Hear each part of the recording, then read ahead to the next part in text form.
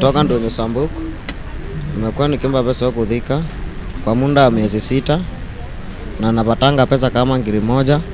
Sasa nilikuwa na mipango kwa kuwa hii kazi imekuwa hivyo, niweke kazi nyingine ya kushona viatu na switi. Huwa naamuka asubuhi saa 10 naenda stage nachukua Nisani hapo, nakuja Thika na kapo chini wanaanza kunichangia. Saa 12 narudi Ndonyo Sambuku. Mimi ni kilemavu, nilingongwa na ng'ombe nikaumia spinal cord. Sasa ndo natembeanga na hizi miti. Kama naenda nyumbani na 800, sasa nilikuwa napanga mpango wa kuweka kazi yangu ya kushona viatu na kuuza matunda. Na niko na familia, mimi ni baba wa mtoto mmoja. Nimetolewa nchini Tanzania na bosi mmoja ili kwa ajili ya kuja kufanya kazi ya kusukuma vilema. Bosi yangu yeye anaitwa jina lake, anaitwa Mama Mwaru. Na anaishi Kariobangi, Mwisho Blaza. Kazi ambayo wakati tunafanya kila siku hii, kama leo huko Zika, kesho unaenda hata Kayore, kesho yako unaenda hata sehemu nyingine. Kila siku ni hivyo hivyo. Ni kubadilisha sehemu kila siku. Huyo bosi alikuja kule nyumbani, alitoka huku. Alikuwa na ziara. Ndio akanikuta kule nyumbani, ndio nikapata kwamba hivi anachukua watu anaenda anafanya kazi. Na mimi kwa vile nilikuwa na shida, nilikuwa sina wazazi nyumbani, nilikuwa naishi na nyanya yangu, nikaamua sasa kuja huku Kenya kutafuta. Kwa siku wakati tunapata shilingi kama shilingi 4,500, anaenda anatoa matumizi kama shilingi 500, ikibaki shilingi hata 4,000 na gawana 2,200 kila siku hivyo hivyo. Mimi nilikuwa nimepewa yule kiwete ni msukume, lakini alikuwa ameelekea kupona, alikuwa kiwete kabisa, mkono mmoja afu na mguu, lakini alikuwa ameelekea kupona sasa hivi. Kwenye hii kazi changamoto ambazo tunazipata, kama kwa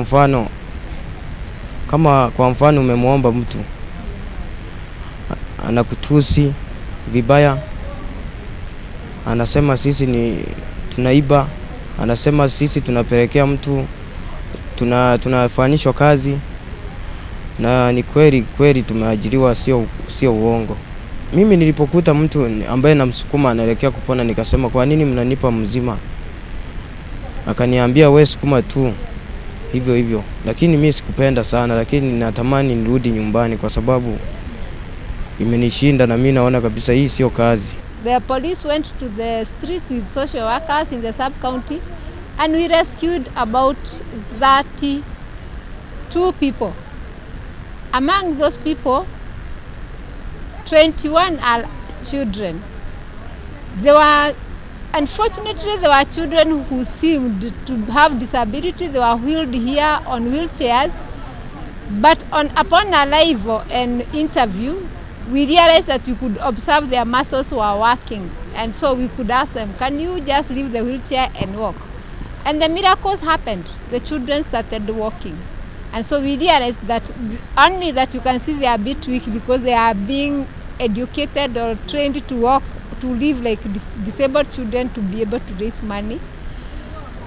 And unfortunately, these children who are appearing to have disability are not Kenyan children.